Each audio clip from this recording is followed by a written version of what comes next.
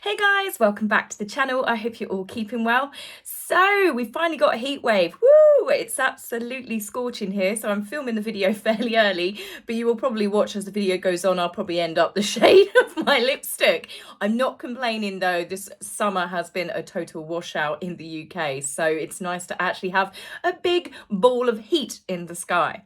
So the dogs are absolutely flaking out all the time. We make sure we walk them first thing in the morning and then last thing at night. The only problem is first thing in the morning, as I've learnt, squirrels are a lot more active and I have ended up with a squirrel injury. For those of you that are dog walkers, you know exactly what I'm talking about. It's either your wrist, your elbow or your shoulder. It's where you're quite calmly walking your dog. Oh, look, the birds are tweeting. Oh, sweet. Next minute, Chia jumps up and she yanks my arm off into an angle. So I've got a very, very painful shoulder at the moment. The doctor has given me some medication, but you know it's the strong stuff when he says just one a day. So yesterday I took it for the first time. I went and got my nails done and I must have been sitting there because she kept asking me, she's going, "Are you all right?" And I'm like, yeah, I think so. It was like being stoned or something. So it's certainly going to be interesting to try and be my normal bubbly self. Now, I did do a video yesterday with Andy on Popcorn Palace. He's got Popcorn's Planet, and this is a new one, which is specifically all to do with the palace and all of the stories and all of the gossip. And he speaks to lots of other YouTubers on there. So if you haven't already followed, please go on there and give him a follow. So let's get on to talking about the royals, and we're going to start with King Charles, who attended the annual Braemar gathering at the weekend. He was accompanied by Queen Camilla, who shows how to wear a brown hat that doesn't look like the poop emoji, and also his sister, the Princess Royal, Princess Anne, who I have to say looked incredible in a striking red hat and jacket combo. Now, it wasn't just the royal ladies wearing lovely fashions, but also the king himself, who was debuting his very own tartan. The new design was to mark the coronation, and it's based on the Balmoral tartan designed by Prince Albert, which was frequently worn by Queen Elizabeth II whenever she stayed in Scotland. The Scottish Tartans authorities said it was in recognition of His Majesty's strong support and preserving the culture and tradition of the Highlands and the Scottish tartans. The Braemar gathering is the most attended Highland Games in Scotland, and it's really making me want to visit Scotland badly. From Highland dances to Scottish pipe bands to many sporting activities where you can watch athletes compete in traditional Highland games.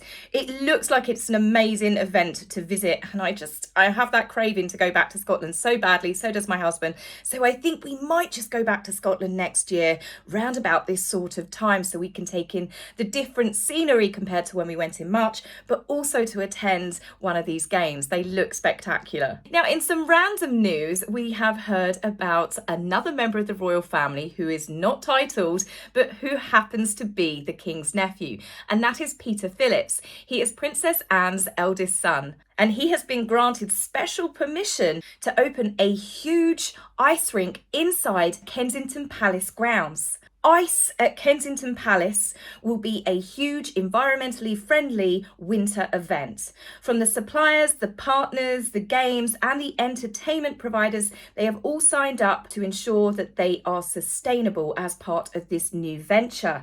Having seen so many of London's other ice rinks be permanently closed, I am in no doubt that this will be packed out in winter. It starts in November and it finishes in the first week of January for those of you that might want to think about booking tickets. Ice skating is always lots of fun, and I'll be honest with you, with the backdrop of Kensington Palace, even I might think about getting my skates on. Now, swapping ice skates to dancing shoes, the Montecito Mayhem, otherwise known as Harry and Meghan, have been spotted at a Beyoncé concert, and Meghan's dancing has attracted a lot of attention.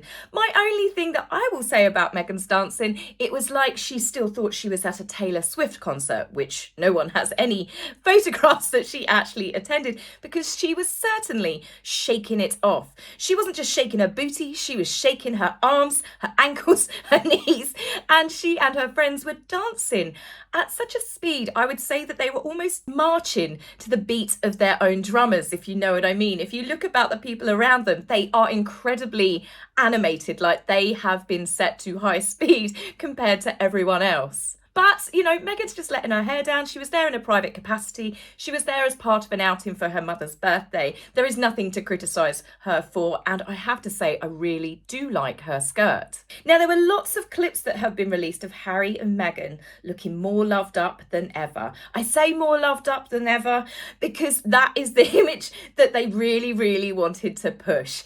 You know, Harry and Meghan, there is a difference with them when the camera is on them and they are aware of it, and when they're not so aware of it. You can tell there is different footage that has been released of the couple where people in the audience captured it. The ones that they were aware of, they look completely different to the ones that maybe they weren't so aware of. Now, the newspapers tried to sell it as it was a romantic couple's night out with the loved up couple, but it looks more like Harry gatecrashed a girls' night. And the fact that he was wearing a women's blazer, you can tell this because the buttons are on the wrong side of the jacket. Harry obviously was, I would say, dragged along to it for some reason or another. Harry at several points looked like he was finding something more interesting up his nose and on the phone than what he was paying attention to his wife and, of course, the concert. That being said, if a man is dragged out on a girls' night or dragged to a concert that's not really his thing, I'm sure there is many a man that would possibly be standing there with a face like thunder. But I can't help but feel perhaps it's more to do with the fact that Harry was not down in the VIP section, such as their daughter's godfather, Tyler Perry, and he was up in the nosebleed section with, I mean, they call them VIP boxes, but as you can see here, lots of people rent out the spaces up there. So it's not like they had their own exclusive box like the celebrities did in the front row. Now, the following day, Harry, I will say, certainly seemed a lot happier and a lot more animated when he went to see an Inter Miami game, which is owned by I'd say his former friend, David Beckham. The match on Sunday was between Inter Miami and Will Ferrell's team, LAFC, which Harry made an appearance. There were lots of celebrities there, including Owen Wilson, but it was only Harry that decided to bring his very own entourage. Whilst Harry was photographed being warmly greeted by Will Ferrell, there was no signs of him actually being able to see or to speak to David, who was looking rather tense on the ground supporting his team. A newspaper article courtesy of Andy on Popcorn Palace came out yesterday that he showed me, where it said that there was a secret meeting that Harry and David had, but I'm not sure that I believe this. Mainly because we saw extremely telling footage of Harry walking through the stadium with a ridiculous number of security people. There were so many A-listers that were there, and you never see any of them surrounded by 6 great big security guards. He was there with one of the most famous ones, Chris Sanchez, who was Barack Obama's former bodyguard. But literally, you're there to watch a football game and you're surrounded by 6 men carrying guns. Absolutely ridiculous, but again, it's about guarding Harry's ego than it is his safety. But of course, this spectacle attracted lots of eyes and lots of attention onto Harry, and the crowds and the people that were queuing started looking over. But 2 people were Nicola Peltz and her husband, Brooklyn Beckham, which is David and Victoria's eldest son, who, despite Harry looking over at, they kept their eyes straight ahead. They were quite clearly blanking him, and this was picked up by the media. Now, as much as Brooklyn Beckham does get a lot of grief in the newspapers because he is a Nepo baby, he is famous because of his parents, the exact same thing can be said of Harry. Now, it's definitely not surprising that Harry was blanked by the couple because Meghan and Harry have accused his mother, Victoria Beckham, of selling stories on Meghan. It's humiliating for Victoria to be accused publicly of such an outrageous indiscretion, and I can imagine all of the Beckhams, who unlike Harry are actually loyal to their family, are very much not impressed by David's former friend. Now, whilst Harry was giggling away, obviously having a great time, maybe he was just overexcited about the fact that he knew that the camera attention would be on him. He ensured it by taking such a huge security team to let everyone know that Harry was there. Harry being in full view of the cameras rather than being at the back of a Beyoncé gig like a commoner obviously changed the demeanour of his mood. Now, I do find it convenient that Harry has decided to finally go to an Inter Miami game, and I think it's only because David's team has become so hugely popular amongst the A-list crowds. They have been in the headlines recently, especially since he signed Messi. And all of a sudden, Harry decides that he's going to pop along and watch his former friend's team play. So I can't imagine that David and Victoria will be oblivious to that and the way that it looks. I personally feel like it might be Harry trying to worm his way back in with the Beckhams because they are A-list gold in America, and that is a crown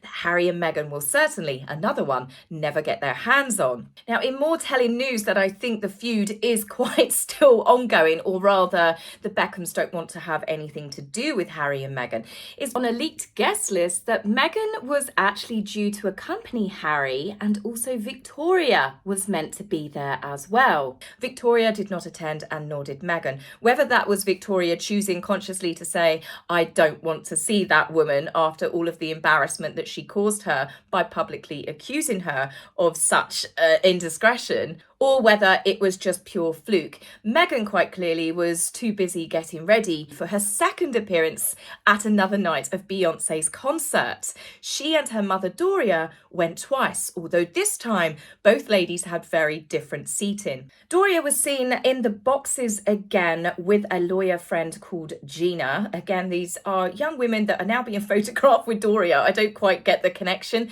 but I guess because Doria's making new friends, as well as Meghan since she's signed to WME. But Doria's seating is completely different. She's up with the common folk. Meghan this time, without Harry, well, she has finally got herself into the VIP box.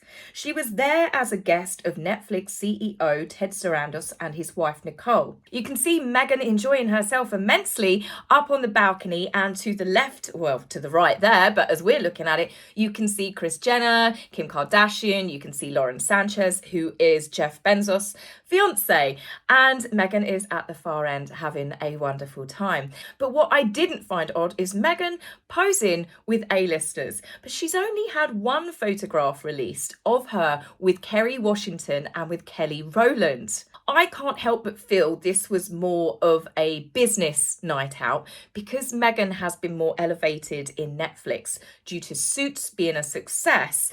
I can't help but feel that Netflix might be now pushing Meghan forward as the person that they're going to go with, and they're going to quietly drop old misery pants, which is Harry, because he keeps making so many gaffes by talking about himself. I'm in no doubt he's clearly been encouraged by his wife to do so, but whilst Harry is continuously self-destructing, Meghan is gradually being elevated. The fact that none of the people that Meghan was in attendance with are friends, personal friends of Meghan, again with her it all seems to be acquaintances.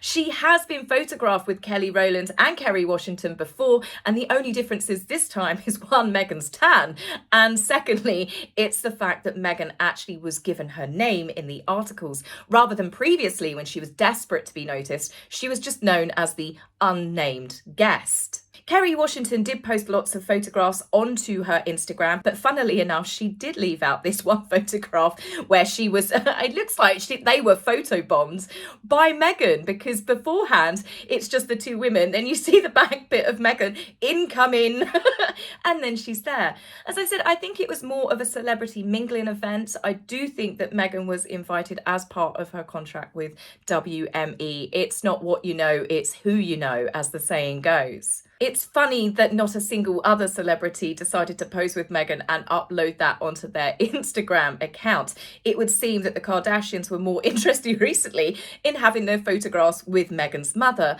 Doria. But then I suppose Doria is less toxic as far as the celebrity world is concerned. Also, given the fact, aside from Tyler Perry, who in a video clip was seen talking to Meghan at this second concert, none of these people were at Meghan's baby shower. None of these people were at the wedding of Meghan and Harry. Meghan was also not at any of theirs. So again, I think this is all a business arrangement trying to get Meghan elevated as an A-lister, because this is how she used to do it. This is how a lot of them do it. You're just making sure that you're photographed with the right people at the right events. It certainly worked for the Kardashians long term. Lots of newspaper articles are as well coming out where they are discussing the fact that Meghan is now becoming part of the A-list set because she's got a photograph with a few famous people. But they are pushing this narrative, and one outlet even said that Meghan no longer needs Harry. And this isn't the first time that I've seen this, but I would like to correct this. Meghan never needed Harry. She only needed the titles and the association to his family. Despite the recent display of the couple being more in love than ever, and the fact that Meghan is now mother to 2 royal children, which are grandchildren of the King herself, I can't imagine it would be too long before Harry's not even invited on those girls' nights out. Now, one last thing about Harry, he is attending the Well Child Awards. He has no doubt already arrived by private jet, I'm sure. And then he will be flying on to the Invictus Games. It's said that Harry is not going to be seeing any members of his family during his brief visit to the UK whilst they all pay their respects, who, of course, tomorrow is the 1-year anniversary of her passing. And out of respect of her memory and also the royal family, I will not be talking about Harry and Meghan until next week.